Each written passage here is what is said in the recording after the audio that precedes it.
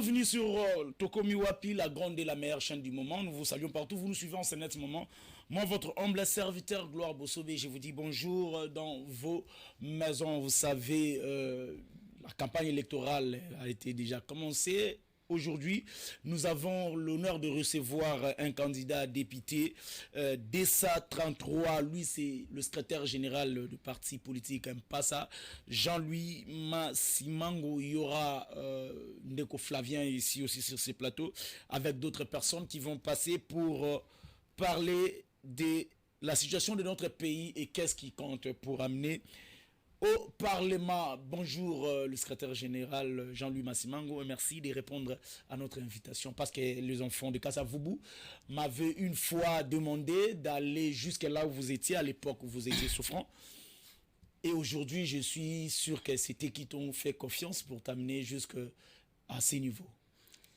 Merci beaucoup. Encore une fois, heureux de me retrouver sur votre plateau. Il est vrai, après un petit moment de déplacement où nous étions en dehors de la capitale, c'est-à-dire à l'intérieur du pays, pour aller palper du doigt la réalité avec l'approche de proximité par rapport au quotidien de notre peuple. Voilà pourquoi il y a de cela 2 semaines, nous étions à l'est de la République démocratique du Congo, précisément dans le nord Kivu et le sud Kivu.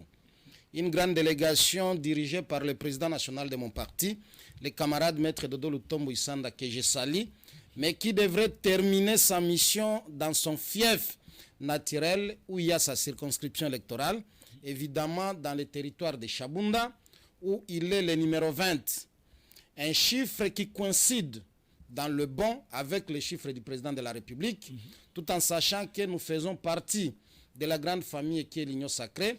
Donc la population de Chabunda a déjà tranché, a déjà choisi pour le numéro 20 au niveau présidentiel, qui est Félix Tshisekedi, le numéro 20 au niveau de la députation nationale, qui est le camarade maître Dodo Lutombo Isanda, digne fils du territoire, et pour la députation provinciale, nous disons chez nous, nous devons aussi promouvoir la question du genre. Vous êtes sans oublier que le président de la République, son cheval de bataille, nous, notre genre dont nous faisons la promotion ici, n'est pas comme la politique des autres, qui aimerait nous amener dans la direction des antivaleurs. Ce que nous condamnons, ce qui se fait en dehors de notre pays, où une femme peut se marier à une autre femme, et un homme peut se marier à un autre homme. Mais la promotion du genre ici dont il est question avec le président de la République, c'est valoriser la femme, accorder l'égalité des chances entre l'homme et femme, et accorder même un pourcentage bien déterminé pour que la femme aussi puisse participer à l'action publique de l'État. Voilà pourquoi dans le territoire de Chabunda, nous avions aligné numéro 44, Rachel Matunda Massimango, que je salue en passant. Je crois que ça c'était un message particulier pour nos amis de l'Est. Revenons maintenant à Kinshasa, où moi-même, je suis candidat député national, le numéro 233, Code Afuna, Limisangana Limulango Mwamkena Lingala. C'est comme ça qu'aujourd'hui, notre population Afuna essaie s'approprier numéro 1 Code Afuna 233. Kasi, na kosenga la population na biso, na kosenga pe bino ba journaliste, tomeka un peu kosa la campagne o babengaka, campagne ya éducation électorale. Okay. Pour que peuple ayeba akopona député pona nini, éducation électorale ya député ezali nini, nini o bakoki kozela et pas ya député. Pour essayer un peu d'éviter la confusion qui a régné tant na mitu ya batuko kanisa ete exécutif musala na ende komi musala ya mtu azali na pouvoir législatif, mtu azali na pouvoir législatif musala na ye ekomi ya mtu azali na pouvoir judiciaire. Donc biso lokola ba porteur aujourd'hui, il y a espoir na espérance, il y a population quinoise, particulièrement il y a circonscription électorale na biso ya Funa, o ezui Kasavubu, Bandalungwa, Selembao, Makala, Ngiringiri, Bumbu et Kalamu. Nde bakomino bisiko biso tozali kubunda. Na kanisi na nzela itandweke na yo, nous aurons le temps de leur parler. Musalo biso bazali kopesa biso ezali musala nini. Okay. Pour éviter de retomber dans les mêmes erreurs et de pouvoir hypothéquer 5 ans ezali koya et comme lisusu 5 ans ya milelo. poto yebi basi babandi koya bakoya likamote. Mais nous voulons à ce que la population puisse opérer un choix utile, un choix judiciaire, un choix responsable. Oye ko accompagner mokonzi ya mboka dans sa vision ya parachèvement ya mayasi ya bandi. Nyonso ezali nanu bien te, mais ezali na OSC bandi quelque part qui doit être consolidé et qui doit être parachevé na deuxième mandat. Kasi esengeli mokonzi ya mboka azwa ba députés dignes, pas des députés qui seront des députés qui inutiles au niveau du Parlement, des députés qui vont aller produire balo bango moko bayebi ko landela te, bayebi ko contrôler te. Et c'est le peuple qui est en péril, c'est l'intérêt de la population où ils allaient menacer. Je crois que nous devons organiser des élections sanctions dans le sens de rupture, qu'on dégage bambo manyoso ya mabe, qu'on yana bambo mamalamu. Car si loin de toutes prétentions, na kanisi ozali journaliste ya investigation, ya proximité, oya kana mabele. Na yebiete bana kasavubu, bana funa, na circonscription nga mobimba basi balati numéro kaka moko oto ebe ezali code ya mboka ozali ko se souvenir jour ba benga yo na lombango kende ozwa mwana mboka Jean-Louis Masimango tozali komona ilisute alembate azonga simate esengeli ateleme abunda ezali bitumbo wa banda kala yango na koloba boy ba papa na nga ya funa ba mama na nga ya funa bandeko na nga ya funa tango tozelaki yango ekoki. Numéro ezali moko. Nous avons 12 sièges na niveau ya funa, mais kasi siège moko wana boyebi déjà ezali yanga oyo mwana bino musala, nga oyo molobeli na bino code 233. Les restes 11 totiki bango babunda bapotana, mais déjà vous aurez opéré un choix oyo ko permettre bino boyo kasonité. Ezala te ovani na ndako. Plénière ezali ko salema yo zali komona député opona azali kolala azali kolota ndoto na kati ya parlement na kati ya hémicycle ezali soni pas seulement soni pona mboka mais soni pe pona bamboka bapaya baye bazwaka ta ya kolanda qualité ya production à travail ya ba député otozali na bango. En tout cas je crois ndeko Jean-Louis Masimango nini oyoyo bao bazali basalite obino bozulu kwa bokota po bosala. Mutumoko aloba la force d'une vision et utaka na capacité ya bato bazali ko encadrer pe ko accompagner vision ana. La gestion d'un pays c'est un tout. Vous avez les trois pouvoirs classiques malgré que Pebino batu ya presse ezali aujourd'hui une force reconnue comme quatrième pouvoir mais esengeli oyeba mboka etambolaka lolenge nini soki o exploiter bukuli kunzi na biso babengi constitution bakoloba ete population to peuple azali détenteur ya pouvoir originaire elingi koloba ke au départ même ya existence ya l'état o esengeli exister na nzela ya mibeko esengeli peuple ndea a se prononcer yango moni tobengaka peuple mokonzi. Kasi pour éviter l'anarchie ou bien le désordre, dans toute société ou organisation humaine, esengeli organisation ordre ezala. Nde balobi boy. De manière à ce que to éviter jungle na anarchie, au lieu bino nyoso bolobaka au même moment, to pesi bino peuple, to population pouvoir, ya kopona ba représentant na bino. Et tant que mutu azali représentant, azali ko sala au nom et au compte ya muto atinde o azali peuple. Pendant ce temps la volda zo bongisa biso ba. Voilà pourquoi biso ba etozali na kati ya bitumba ya pouvoir législatif. Tolobi boy. Vous savez que nous avons 2 degrés à Baili. Na oyo etali pouvoir législatif. Ozali na niveau provincial, ba député provinciaux, o basala kabiloko tobengi ba edi. Mais ozali pe na niveau national. Nde biso ba etozali na kati ya course ya députation nationale to sala kamibeko babengaka ba loi. Kasi musala ya député au-delà ya kosala mibeko azali pe oyo babengaka autorité budgétaire. Autorité budgétaire elingi koloba nini? Ye mutu akanisaka lolenge nini esengeli totia mibeko ya malamu oyo ekomobilize mosolo po esala nini? Po ekokisa maye exécutif, c'est-à-dire président de la République en commençant par lui, aza nango lokola politique ya nation secteur par secteur esengeli babongisa budget wana ya malamu. Tangu babongisi budget bazali na musala mususu. Musala wana ezali nini? Esengeli balanda bayesko bazali kokamba o bazali na niveau ya pouvoir exécutif. Lolenge nini bazali kosalela mibeko oyo bango ba parlementaire bati en place. Est-ce que ezali kotambola lolengo bayokanaki ezala na kati ya buku likunzi ezali constitution, ezala na kati ya bamibeko mususu tobengaka ba loi organique, nyonso ezali ko accompagner fonctionnement existence na organisation ya l'État. Sima ya wana bakokende kotala comme gouvernement ezali émanation ya majorité parlementaire, bakokende kotala yo premier ministre tondimi okamba gouvernement sur base d'un programme tosali o babengaka co-investir nani co-investir pouvoir ya premier ministre aprêter serment akomi mokonzi et que tango akomi mokonzi bango sko bakotala yo zali na ministre azali kotala secteur par exemple ya lotiliki. Est-ce que lotiliki ezali malamu? Yo zali na secteur yo zali kotala mai parce que sengeli bato bamela mai yo babengaka l'eau c'est la vie. Est-ce que ezali kotambola malamu? Ezali na muto azali kokamba secteur infrastructure. Est-ce que banzela ezali malamu? Agriculture. Et la même agriculture po bato bazwa biloko ya kolia. Économie pour que ba prix e bakotambola malamu, économie ya mboka e vanda, économie ya mboka ezala bien.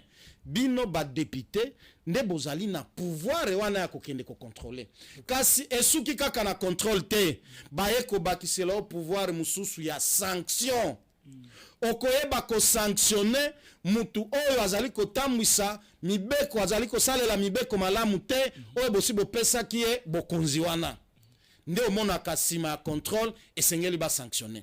Mais suki kaka na ba membre ya gouvernement te ekititi na ba entreprise publique, ba établissement public esengeli bakende ko contrôler lolenge ba directeur généraux ya ba entreprise bazali ko gérer ba entreprise yango. Est-ce que bazali ko gérer yango malamu? Est-ce que bazali ko gérer yango mabe? Kuna législature est-ce que makambo wana sika oyo na législature boyebi kokoso nano oyo esalaki mokonzi ya mboka akokisa ebelete oyo alakaki biso parce que kokoso ezalaki na niveau ya pouvoir législatif esengelaki et accompagner azalaki na majorité te esengelaki a recourir na oyo mibeko prévoir na niveau ya constitution pour former nouvelle majorité. Mais est-ce que cette majorité était réellement au service ya mokonzi ya mboka, au service ya peuple? Nous disons non. Et sima ya wana na pesa yo kanda kisamoko ndeko nanga pona kolakisa ke bandeko ebelo bande kosala musala malamu te. Ozwi kaka ville province ya Kinshasa balobaka la charité bien ordonnée commence par soi-même. Na ye kaka epa na nga na funa soki okei na route nzelo basalaki ya makanza e bandi de elengesa il fallait que ndeko bimati 24 ex-libération, na niveau de libération. Est-ce que vous pouvez expliquer à la population que Bosalinzela, 3 mois, 4 mois après, Maboulou et Zongi li susu koleka, Maboulou nengezala iboso. Zwa gambela kaka, tiyo katsa ele angiringiri. Lelo est comme impraticable. Zwa babalabala nyoso ba chantier bandaki, lokola ba direction, lokola ba shaba, ba Birmanie, ba Sosa, ba Sayo. Misala esilite. Est-ce que ba député na biso bazwa ki temps ya kokende ko vérifier poza musala na bango ba entreprise ezwa ki mosolo wana esala ki musala nango malamu banani baliaki mbongo soki batu baliaki yango batie bango liboso ya bazuzi na niveau ya justice pour que justice peut asala nini asala musala nae. Voilà musala o ba député sengeli basala. Nous nous plaignons ici tous les jours na gestion à ville à Kinshasa.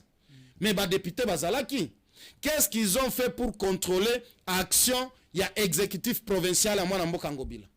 À part quoi assister na ba théâtralisation ya gestion ya ville. Oyo komona d'un côté ndeko Godempoi kofunda ndeko Ngobila. De l'autre côté ndeko Ngobila kofunda ndeko nani Godempoi. Et Nerombungu fumu na bao ya nani mwana nani côté non matete Kisenso mwana Kisenso.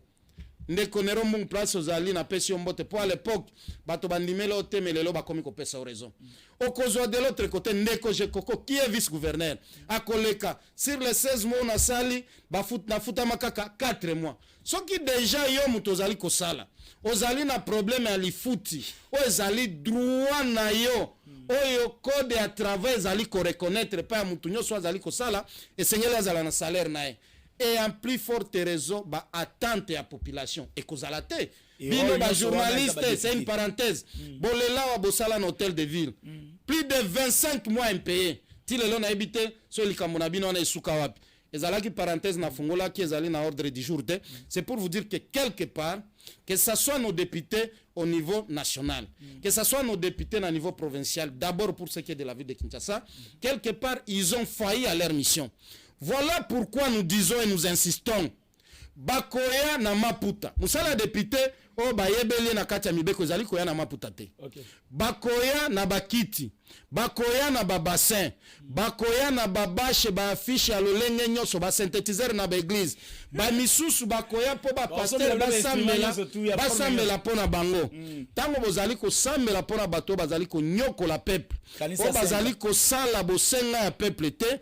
Kanisa 5 ans et non seulement 5 ans on a ezali pe malédiction ozali ko tiana muto na bango parce que ozali musali nzambe nzambe alingi peuple to population ebika na nenge ya malamu mais kasi bato wana tango bino bozali ko tiela bango maboko ezali malédiction bien bénédiction ou soit vous êtes complice pendant 5 ans vous êtes complice batika la koyate phénomène mususu na fongola parenthèse ndeko na parce que tozali koloba par rapport à misala ya ba député soki kaka lelo yo ndeko na nga gloire okufeli le même jour omoni ba panneau eye ba affiche repose en paix ozala mutu ya malamu boye na boye mais soki okotuna ba député wana jour ndeko na wana banda ekobela même appel à pambo bele na téléphone boye émission à Congo positif ayamba te tangu yo ozali kobunda parce que ozali ko communiquer ko éduquer peuple ozali ko luka sponsor obande komona ete mais lelo ba obando mona yo ngana lingi na leka na émission na bobo ya kapé muto azalaki nona tangu ya pasi te ko kanisa te tangu abandi ko luka bomengo na ye nde azongela il faut boya obenga na ye ta ko benga na ye omona baye na ba affiche ba banderole oh ya matango mais okotuna mutu wana abelaki oyaki ata na kinini te problème pesa bozolo bakeno soki baye na mbongo bozwa te baye na bilamba bosala ndeko ngana zolo babazwa te différence pe mususu yango wana comme ils ont beaucoup ya ko partager pona koluka o eloko bazali koluka après koiba bozwa ngo boliango po ezali mbongo ya mboka mais jour ya vote en âme et conscience vous avez deux choix. Soit vous acceptez d'hypothéquer à venir à 5 ans, soit vous acceptez de donner, de confier le pays na bato ba uzala ba responsable. Voilà pourquoi je reviens na Maloba Mokonzi Mbok, na discours na ye na état de la nation. Le président a été clair et je lui en félicite. Il dit azongi si biso population devant responsabilité na biso. Soit nous choisissons de reprendre à zéro, soit nous optons pour consolider ce qui est déjà fait. Le parachevé peko bakisa mususu ebele ya malamu. Yango na tuni ndeko Jean-Louis Masimango. Aba bozolo bakeno baya me basala bapona bango te. Na bango bavandi wana vini nyo population ngwazana. Population so fana tango musuna ndako. Yo kasi ebiloko na ba hotel mbaki ndeka eza pona koza keno bazana na maele te to lorote. Eza ke tamusu mutu avandi ndako banda tongo ti butu asali 2 semaines 3 semaines musala ko sala ezate. Azana nzala. Me ba biste ke place wana so vandi 1 heure dita yoki ka mutu wana ba ko peso 10,000 francs na suka. Akende te. Avant na poser la ke no na ko hypothéquer to na ko sala likambo boy aussi lota ke no yazo linga kufanzala. Ndeko pendant 5 ans tozali kolobano eloko moko ndeko gloire. Tozali kolobano eloko moko. Voilà pourquoi na émission j'encourage bazwa bango bambongo wana bazwa biloko wana pour les dépouiller aussi l'épée na oebele o bazwi na mboka. Mais jour ya vote ozala na conscience na yo. Kasi yo zali koloba misala ezali te. Mais ceux qui botie pe bakonzi ya mabe bokozwa misala ndeni bakonzi o bayebi kolandela te mibeko bango moko bazali kosala mibeko esengeli ezala au profit au bénéfice ya peuple na peso bandakisa mibale misato tozali na yo andeko nanga tangu totelemelaki ram totelemeli ram mokonzi ya mboka pe ayoki kolela ya population akoti likambo yango a vérifier alobi rame ezali kotungisa baimboka ezali kotungisa population rame esalaki nini ekatana kiti mais yo olanda badepute mosusu na otanga bakombo na bango te mpo nazali porte parole na bango te ntango balingi bajustifie likambo ya bajip palissade bayaka mpe kodefendre makambo ya rame mpo na kojustifie bapalissade et dernièrement oyoka bamisu balobi tosi toteki bajip na biso ya bapalissade mpo toya kosalela bino baforage toya kosalela bino ainsi de suite wana ezali insulte vis-à-vis ya peuple population bofongola miso voilà pourquoi na lobby et nous qui sommes candidats na bino population nous avons le devoir civique électoral ya éducation électorale et dans l'éducation électorale nous devons comment opérer un bon choix. Comment opérer un bon choix?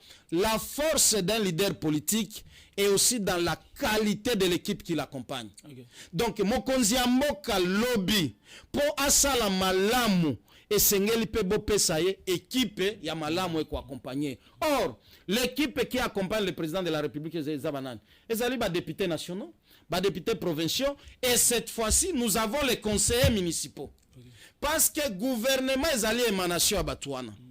Bato bako gérer ba entreprise publique et sengeli bazala contrôler na Batouana. Mais ceux qui déjà botindi moto oyo na kebo moto na ye etondi na corruption na kimoibi na ba antivaleur eloko nini ya malamu bokozela kuna eloko ya malamu ekozala te. Voilà pourquoi nous disons nous avons besoin d'une nouvelle génération. La nouvelle génération ici, je l'ai toujours dit, ce n'est pas d'abord une question d'âge. Parce que kiko kuta pe mukolo ya zoba tout comme pe okuta mukolo ya mayele okuta elenge ya zoba okuta pe elenge ya mayele. Nous avons plus besoin de la qualité d'homme et pas n'importe quelle qualité d'homme d'État qui seront là réellement au service ya mboka. Nous les voyons dans d'autres pays parce que tolingaka souvent kozwa ba référence ya ba grande démocratie. Quand vous regardez ce qui se passe en France, est-ce que politique nini oyo président français a koki ko mettre en place sans que soit kitis ya ba parlementaire nae? Aux États-Unis n'en parlons même pas.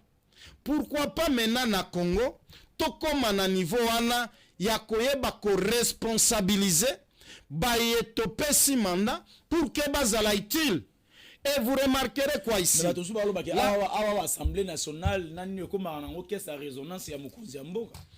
Qu'est-ce la résonance na kanisi bakoki kozala na raison?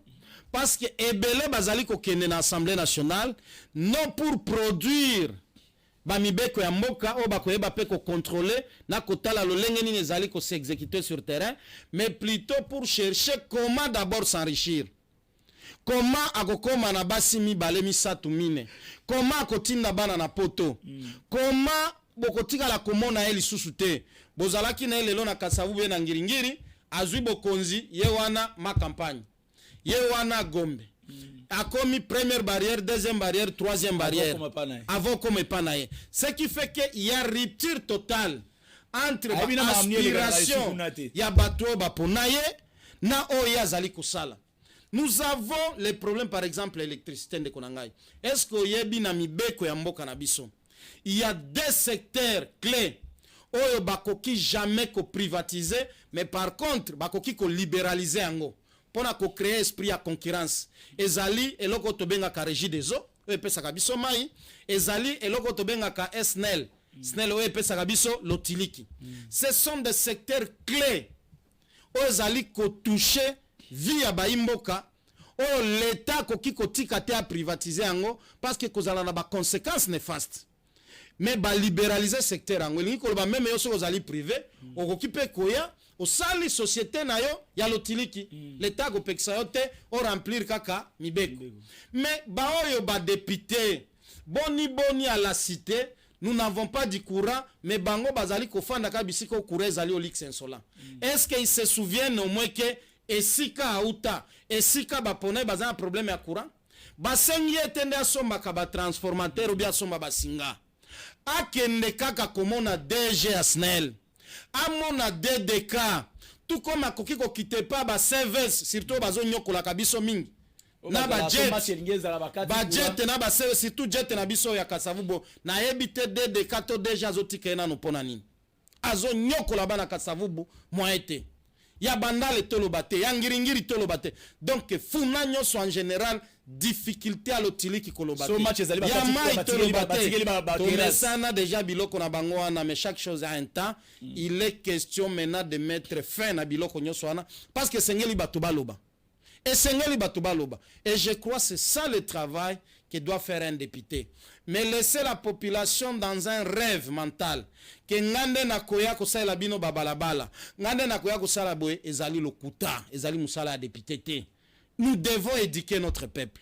Ezali lokuta ko kabola maputo bakabola kana ezali lokuta il faut botuna kape bango source mena ya provenance ya musoloane ezali wapi yango ndo zali komona kabatu ba osalaka ba motion alimentaire ako créer motion moko pa ministre Songolo ayebi bien ko kende jusqu'au bout na logique wana te poka ministre alenga apesa e mosolo 2 jours 3 jours après ye wana aye na babase ya map ayo kabola bino babase ya map mais ya zoki kuna so kabola bino babase ya map azelika mwana na kufa lelo na pokwa aye na map donc esengo na bango bato bakufaka po bango bayaka na ba mapa bayaka komatisa ba affiche na bango minene ke nous plairons kingani oro atikala atako yeba mutu wana te encore moins ko poussa na ta pembeni nae ripti total asungaki asungaki te yambala oyo bande konanga bo fongola miso bozala ekenge aye ko pesa bino ebse papa merci hein po kanisi biso mais yambala oyo toko kende na mapona miepa na yo libungu tulu eloko te libungu tulu eloko te. C'est ça le travail que la population doit faire. Et nous avions commencé ce combat-là depuis des années. Yo moko zali témoin. Donc c'est quelque chose aussi tomi pesa nango corps et âme que nous devons travailler. Vous avez à défendre la population pendant que vous allez la population. Nous devons travailler pour la population. Et c'est là où je félicite Nazonge la Kango régulièrement. Le président de mon parti, le camarade Dodo Lutombo Isanda, Oyo Alembaka Kolobateke, nous devons éviter d'avoir. Il y a président Dodo Lutombo. Exactement, bah image Zalina Pesakio. Nous devons éviter d'avoir un petit îlot des individus qui jouissent d'une vie au luxe insolent, au détruiment à peuple. Voilà, le président est là. Nanga Moko, chef d'état-major général, Nazaliwana, Naye Moko président. Kosala musala pona mboka wana omoni nous battons pas seulement pour nous comme candidats députés mais nous nous battons aussi pour le président de la République qui a les soucis profonds ya mboka oy le président Félix Tshisekedi il a les soucis profonds yango wana omoni tokomi wana ezali na territoire ya Chabunda bayambi eme mwana mobali molobeli ya bana Chabunda le président national maître Dodo Lutombo Isanda le numéro 20 ya territoire ye wana Chabunda ezali yenda ezali 20 kuna yango na lobaki ke ezali ba signe moko e tromper akate président de la République numéro 20 ah oui effectivement yepe kuna numéro 20 elingi kolobake il y a une connexion ya victoire mutupati akibina macho eleka to ganyaki azali numéro 20 il y a une connexion avec voilà numéro 20 pe or ezali victoire il y a une connexion ezali lelo entre la famille politique et si kabiso dozali na kati enyo sacré na parti politique na biso mpasa mouvement des patriotes pour l'action sociale africaine et si kanyoso bakoloba bolamu ya Congo nous répondrons à cette messe là mais lorsqu'il s'agit de compromettre l'avenir du pays nous nous inscrivons en faux yango pe tozali koloba population zela zelande konabo sanate population et fongola miso wana mpasa il y a des candidats qui sont fabriqués par l'étranger. Il y a des candidats qui sont fabriqués par l'étranger. Que ce soit au niveau présidentiel, que ce soit au niveau des députés nationaux. Il y a des mercenaires. Il y a des mercenaires. Des mercenaires Bazali. Qui veulent venir voler vos voix et aller en marchander demain et puis bazonge la bino lisusu te. Bon fongo la miso. C'est là maître. Bakomi na ba système moko batindaka basi na bango na bandeko na bango bakobenga yo batuneloko mosusu te boni oza malamu kakoza témoin te tindela biso kaka numéro na yo na komona makambo nyonso soko moni mutu abengi yo o tinda numéro tinda combo en tout cas ndeko sala attention pour numéro carte nozo tinda wana et puis ndeko oko risque komi kuno ninge voter na biso aussi votaki ndeko gloire yo zolo bakali kamba ko benga oyebi pe na likambo ya batémoin bandeko na biso bafungola miso po toyebi bakoya kosomba batémoin na ba $10. C'est ça. Yaza na facilité à mobiliser 5000 témoins. Après si bango $10, ça fait $50,000. Oya si aïba. Mais muto azali na volonté que ça la peuple. Azali déjà 5000 voix. Ya ye assire parce qu'il y a sombi à $10. Mais muto azali na volonté que ça la peuple. Muto akoki kozala mutu ya motuya pe ya malamu pour accompagner mokonzi ya mboka parce qu'il n'avait pas ces $10 à couper ça chaque témoin bokomona boye bokopona été nayebi nous souffrons et je vous encourage aussi ba témoin bozwa ka ba $10 wana mais jour ya vote za secret ko voter été zwa no $10 wa pesi lokola témoin akoya pe okango singate et voilà esika bazali kozoba bino omona bakoyebisa nini. Avant vote tokopesa yo nanu $5 soki oyeli biso résultat topesi yo $5 mususu ozo affirme ke tangu yo keka tula mwizi mususu avant vote esila bobando benge boye bozuyeli susu te et même si dans l'hypothèse obozuye donc vous allez brader l'avenir de toute une nation l'espoir de tout un pays à cause il y a $10 parce que ozali kolala nzala parce que vous allez kozanga ya kumela. Non. À un certain moment, nous devons savoir nous arrêter. Vous savez, l'Afrique du Sud, quand l'Afrique du Sud traversait l'histoire et apartheid, il a fallu des jeunes filles, des jeunes écoliers. Nakanisi Bolanda, film wana Sarafina. Mais ça doit nous interpeller. Si déjà la jeunesse de cet âge-là, et ont décision à sauver l'Afrique du Sud. En plus forte raison, la jeunesse congolaise, aux alliés les lots conscientes, bakinois surtout, tofongola miso. Tofongola miso. Nous voulons encore nous plaire. Nous voulons encore nous totole la plutôt na 5 ans ezali koya. Tolingi totole la lisusu na 5 ans ezali koya. Potolo ba gouverner na zo sa le côté. Mais gouverneur ça le côté bino bato bopona ba député na partir ba député même na président bino bato bopona ba député na niveau peu présidentiel ndeko je n'ai pas la prétention ya savoir nyos. Je sais que nous avons presque 25 candidats au bazali na course présidentielle. Mais lorsque vous prenez le profil ya moko moko en commençant d'abord par Kokabola Bango Andé, il y a une première catégorie au service des étrangers. Et il y a une deuxième catégorie au service et à nation. Et lorsque vous entrez dans la catégorie à service et à nation, ceux qui sont vraiment des internistes, Okukuta Mutuali Bosso et Zali président Félix Tshisekedi, qui portent l'amour et le fardeau du pays. Ndekonanga, je le dis avec un cœur ouvert. Vous savez combien moi j'étais contre Babiloko Moussous. Il y a régime au début. Mais il a fallu comprendre ce que Félix Tshisekedi. À partir de sa dignité na biso lelo ya Congo.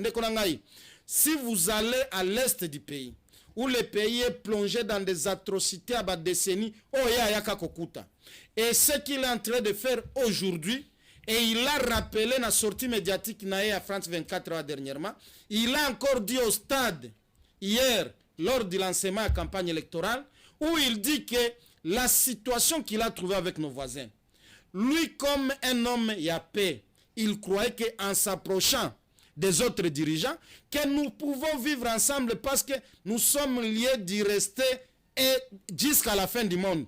La population a besoin de mais dès lors qu'il a compris que c'était un diable à ciel fermé, en commençant par Paul Kagame, et il s'est retiré, il a pris le courage de dire à notre population, totalement, tous à la cima forces armées nabiso, tous ont sa dignité. Est-ce que tu sais qu'il n'y a pas de développement sans paix, il n'y a pas de social sans paix, il n'y a pas de construction sans paix.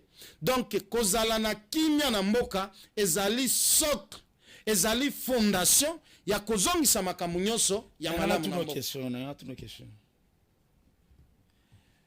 Digamnini, le président de la République a commis gaga, ce qu'il a mouké. Si s'agit na kababomo inangai Voldi.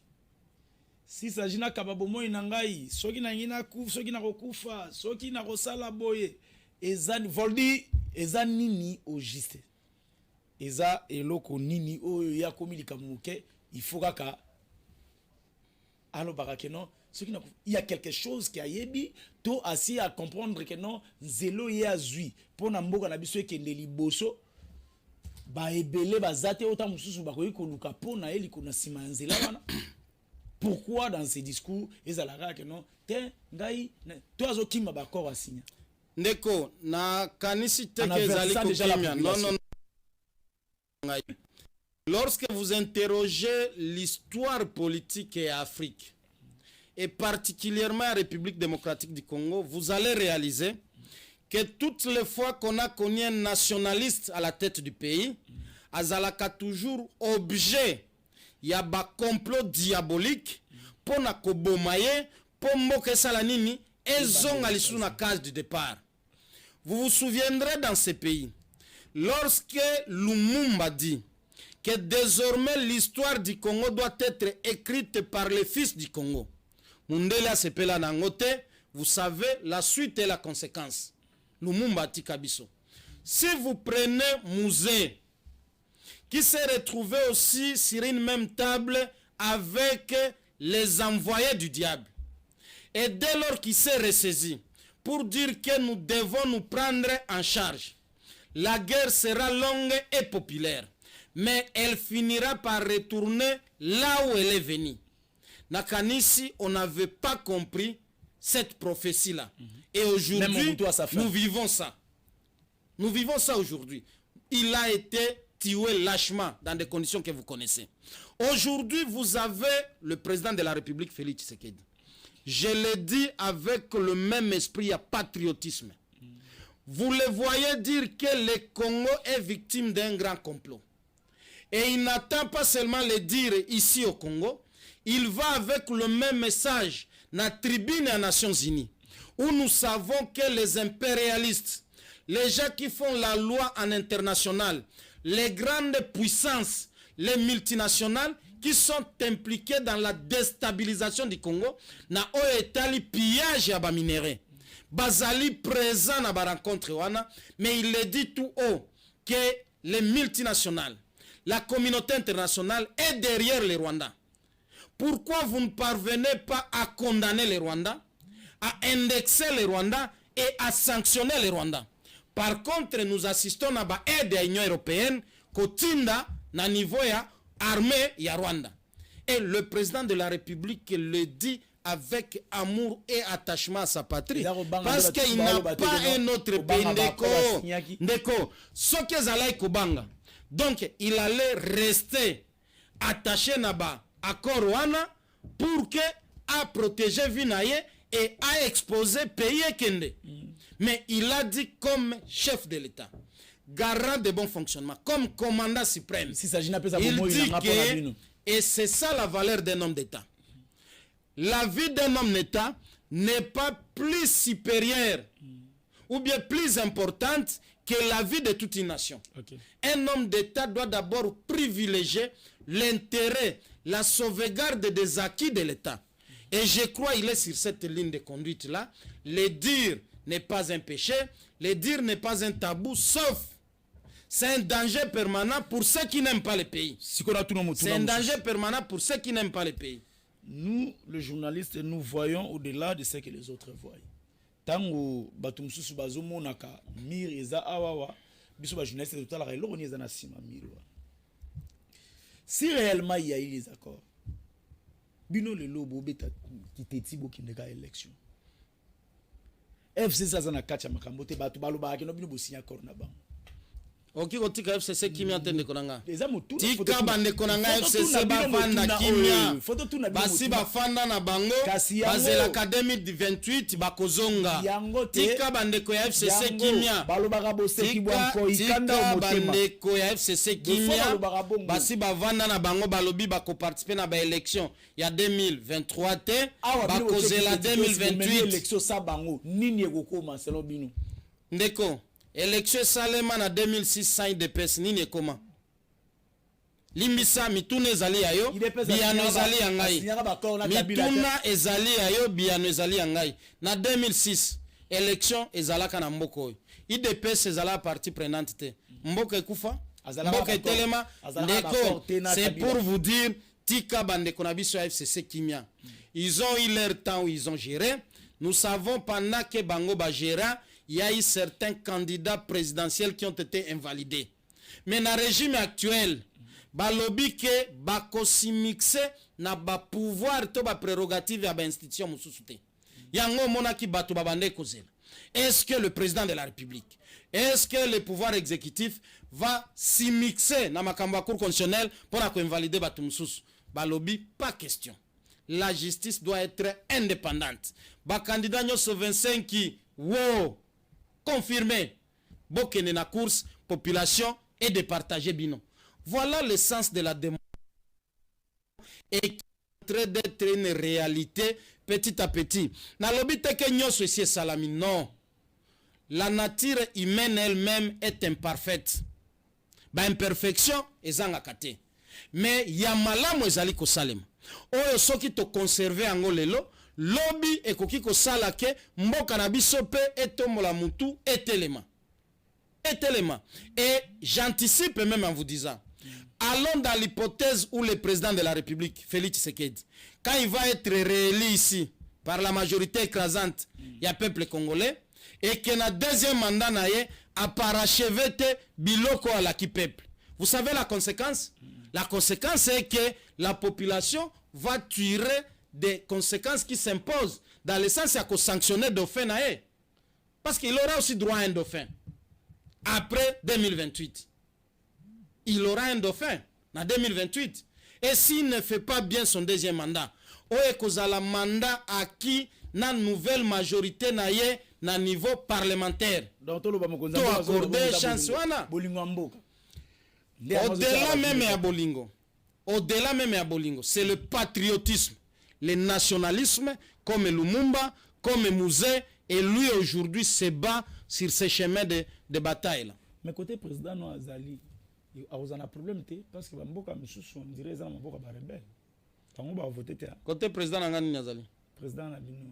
Président ngani? Président ya Mboko ezana président ka Moko. Ah OK. Ah OK, il fallait ce qu'on précise. Fallait préciser président na ya parti. Parce que on ba président il y a un seul président. Et si quand président n'a un parti Azali candidat, et non, c'est un territoire totalement pacifié. C'est un territoire qui a été totalement libéré par les dignes fils du territoire. À l'époque, Babunda Lokola Wazalendo, pour libérer le territoire de toutes les forces négatives, au même pays Rwanda. À Chabunda aujourd'hui, vous pouvez circuler comme vous voulez. C'est un territoire à la dimension d'un pays. C'est plus grand que le Rwanda. Le territoire de Chabunda. Où il sera élu massivement, mais il va faire que le président de la République aussi soit élu massivement à Chabunda. Parce qu'il y travaille. La population de Chabunda a confiance en lui. Chabunda est allé dans Sud Kivu. C'est un territoire où il n'y a pas de problème. Il y a plus de problèmes actuellement dans les territoires, dans la province du Nord Kivu et la province de l'Ituri, Oyebi, et allés sous état de siège. Oyebi, parce que Kounane Bitumbe Zali. Et c'est l'occasion aussi de féliciter toutes nos forces vives. Il y a autodéfense. Qui se battent jour et nuit. La gestion na bino so ba batanga ba mettre mboka na biso et ba kilomètre mboka na biso et oza susu ndenge ezala kite. Tina na suka mandat bino élection on to kende. Beaucoup ka ozong sa ba congolais mboka la ba. Te bozwela ki yango. Toyebaka tangu bitumbe bandaka mais pas si sa bitumba mutu moko ayebaka ngo te. Voilà pourquoi j'ai dit les Rwandais c'est trop aventurier. Certains pays voisins se sont trop aventuriers. Mais quelle que soit la durée du ténèbre, la lumière finira par triompher. Quel que soit le temps que cela nous a pris, il y a Bitumba imposé, mais nous sommes en train de nous organiser petit à petit et les conséquences risquent d'être fatales. Les conséquences risquent d'être fatales. Ne croyez pas que nos forces armées croisent les bras, ou croisent les mains malgré qu'il y a encore des infiltrés qu'il faut dénicher. Nous sommes en train de nous organiser militairement et nous appuyons ce qui a été dit par le président de la République, qu'aujourd'hui le Congo est capable de se défendre contre toute menace extérieure. Et je crois, ne nous poussez pas un jour, au nom et à principe et à réciprocité, comme le Rwanda et les autres pays continuent à s'aventurer, il y a qu'à violer l'intégrité territoriale Nabiso. On a aussi à réciprocité. Un jour, nous pouvons aussi violer leur territoire. Et imaginez-vous, et qu'on a des conséquences. Rwanda zali mboka muke lokola liki ya boy. Lokola liki. Donc le même jour, nous pouvons traverser les frontières et le même jour, nous écrasons le Rwanda dans son entièreté. Mais le Congo n'a pas la vocation belliqueuse. Le Congo a une vocation hospitalière. Il y a politique et il y a bon voisinage. Voilà pourquoi nous disons, l'option militaire n'est pas la première option pour le Congo. Nous avons besoin de vivre pacifiquement. Mais le Congo a droit de se défendre jusqu'à la dernière énergie.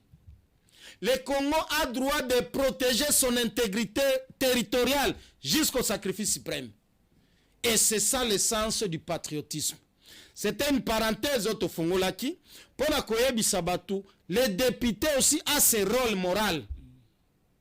De ramener la raison. Rôle et responsabilité morale à député. Parce qu'il y a Zali représenté un peuple. Donc Azali Moto a solo la kana peuple. Et Sengele la qui s'appelle peuple. Bolingo ya moko et Sengele zala avant tout. Tant que le lobby Tokumi Saka États-Unis. Parce que États-Unis dès le bas âge, aussitôt au Botami, batelemi selio drapeau na yo. Que vous devez défendre Mordicus drapeau wana. Quel que soit là où vous vous trouvez. Aux États-Unis, tout comme à l'extérieur des États-Unis. Et nous aussi, Congolais, nous pouvons impliquer ça dans Mitu Abana Nabiso. Que la patrie est la chose la plus chère que nous devons protéger. Le programme d'éducation. Mais quand si le programme d'éducation, il y a un cadre de réforme. Ça aussi, c'est une préoccupation. Dans le cadre de réforme, ezali na bakuro ti na niveau ya université ezali kopé sama. Éducation à la citoyenneté. L'éducation à la citoyenneté, c'est quoi? Ezali. Mais tolobi esengeli ba multiplier by effort. Et comme à l'école ba cours de base depuis école maternelle. Baya na cours ya éducation à la citoyenneté depuis école maternelle. Kolakisa Congolais nyos. Ba valeur esengeli to protéger pour mboka. Na ba anti-valeur esengeli to rejeter pour mboka. Koyebisa Congomani ete, à part Congo, nous n'avons pas une autre patrie. Toti kako brade mboka epa bapaya.